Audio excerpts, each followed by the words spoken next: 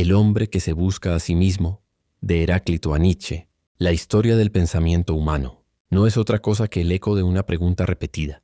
A través de los siglos, ¿quién soy yo en medio de este caos?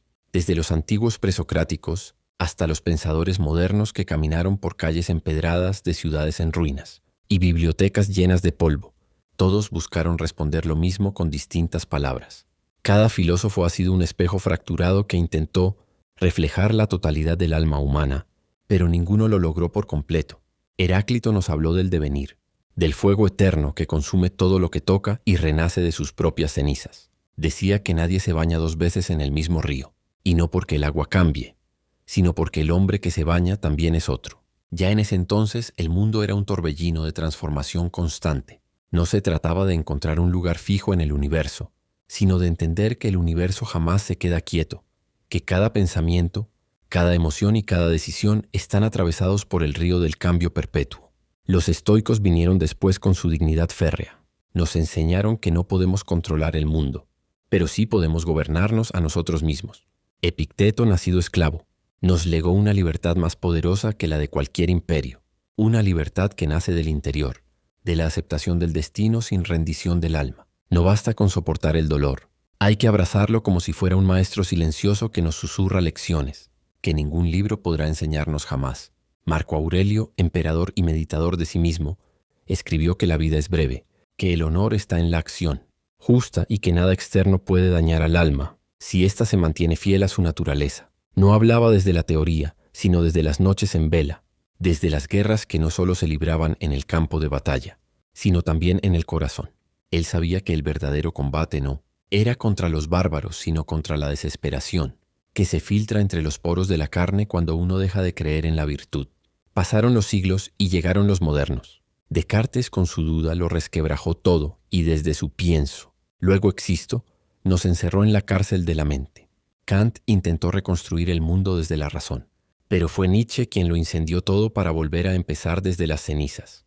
Para él Dios había muerto no porque no existiera, sino porque lo habíamos matado con nuestra indiferencia, con nuestras iglesias vacías de sentido, con nuestras vidas vividas en automático, sin pasión, sin propósito. Nietzsche no buscaba escandalizar, buscaba despertar.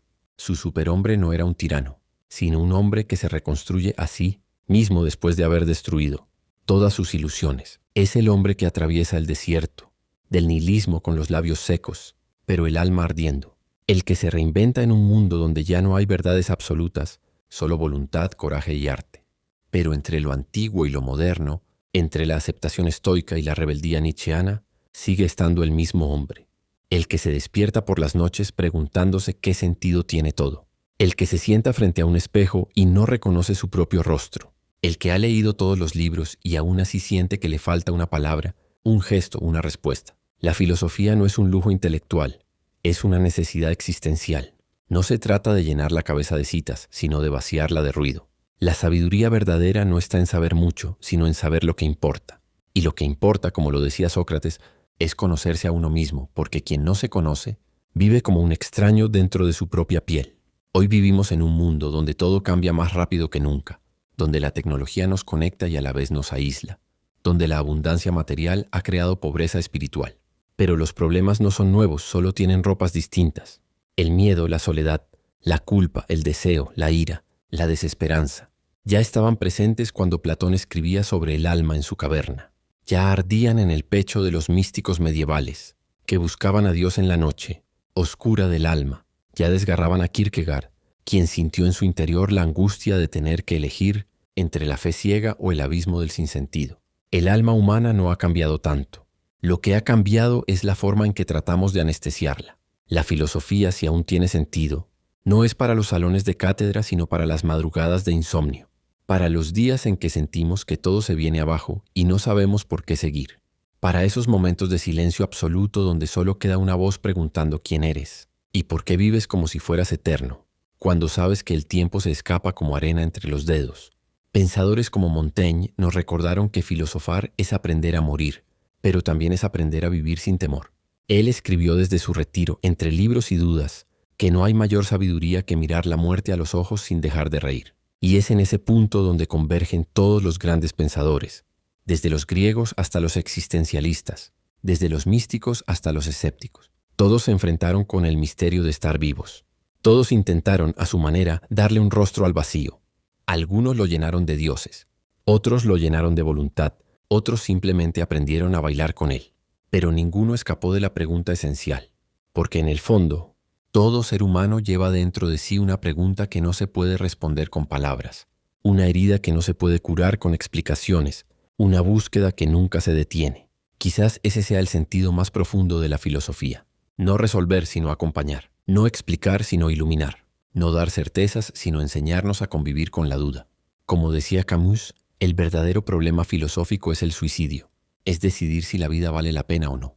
Pero incluso él, al mirar al absurdo a los ojos, decidió rebelarse y seguir, como Sísifo, cargando su piedra sin esperanza pero con dignidad.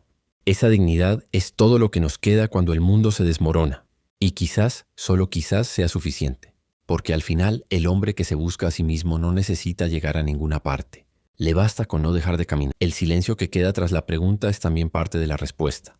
El pensamiento no es solo un ejercicio del intelecto, sino una forma de respirar cuando el mundo asfixia. Cuando uno se atreve a dudar de todo, incluso de sí mismo, queda una especie de desnudez radical, un estado donde ya no hay más. Máscaras posibles donde cada emoción adquiere el peso de una eternidad contenida. Así se sentía Pascal cuando hablaba del abismo del corazón humano que la razón no puede llenar, porque lo que duele no es lo que se piensa, sino lo que se siente, y no se puede decir. Es allí donde la filosofía y la poesía se encuentran como hermanas huérfanas abrazadas por el mismo frío metafísico, y sin embargo seguimos avanzando como si el acto de pensar fuera una rebelión contra la nada, como si cada frase escrita fuera un intento desesperado de que el dolor tenga forma y por lo tanto sentido. Quizás esa sea la esencia del ser humano, no la perfección ni la certeza, sino la capacidad de insistir, de levantarse con el alma rota y seguir escribiendo, aunque sea en la oscuridad con la tinta del sufrimiento, y la paciencia del que ha perdido toda esperanza menos la de seguir siendo humano. Porque si algo nos enseñan los filósofos no es a ser sabios sino a ser valientes, no es a tener razón sino a tolerar la fragilidad del pensamiento, a convivir con nuestras contradicciones, como quien aprende a querer una cicatriz, y eso basta para dignificar una existencia. Y si miramos más allá de Occidente, encontramos también la voz serena de la filosofía oriental, el susurro, del Tao que nos invita a fluir como el agua sin resistencia, sin lucha. El taoísmo no busca dominar el mundo, sino armonizarse con él. El sabio es aquel que renuncia al ego, al control, y se convierte en parte de la totalidad sin esfuerzo. Buda, por su parte, no se ocupó de definir al universo, sino de aliviar el sufrimiento con la comprensión de que todo es impermanente, todo es vacío, todo es interdependiente. Comprender esto no es rendirse, es despertar. Es reconocer que el dolor no se puede evitar, pero sí se puede comprender. Y la comprensión profunda es lo que libera. También podríamos hablar de Simone Weil, que escribió desde el hambre y la guerra, desde el exilio y la compasión. Ella decía que solo quien ha sido herido puede mirar el dolor del otro sin desviarse, sin huir, porque la filosofía, cuando es verdadera, no es una torre de marfil, es una herida abierta que se ofrece como refugio. La filosofía no es para aquellos que creen tener la razón, sino para los que han sido rotos y no saben cómo seguir. Y si avanzamos aún, más llegamos a Foucault, que rompió la ilusión de la verdad como algo puro, como algo eterno. Para él todo saber es poder, todo discurso tiene una estructura que excluye, que margina, que controla. Comprender eso también es filosofía, es darse cuenta de que no pensamos desde la libertad, sino desde estructuras que nos moldean y que solo cuestionándolas podemos empezar a pensar por nosotros mismos. Y tal vez el final de todo este recorrido no sea una respuesta, sino una presencia. Es sentarse en silencio con uno mismo, no para resolver, sino para acompañar, para saberse finito pero no derrotado, para mirar al abismo y al mismo tiempo regar una planta, escribir una carta, besar a alguien con ternura, porque lo más filosófico que podemos hacer a veces es simplemente seguir viviendo con dignidad en medio del misterio.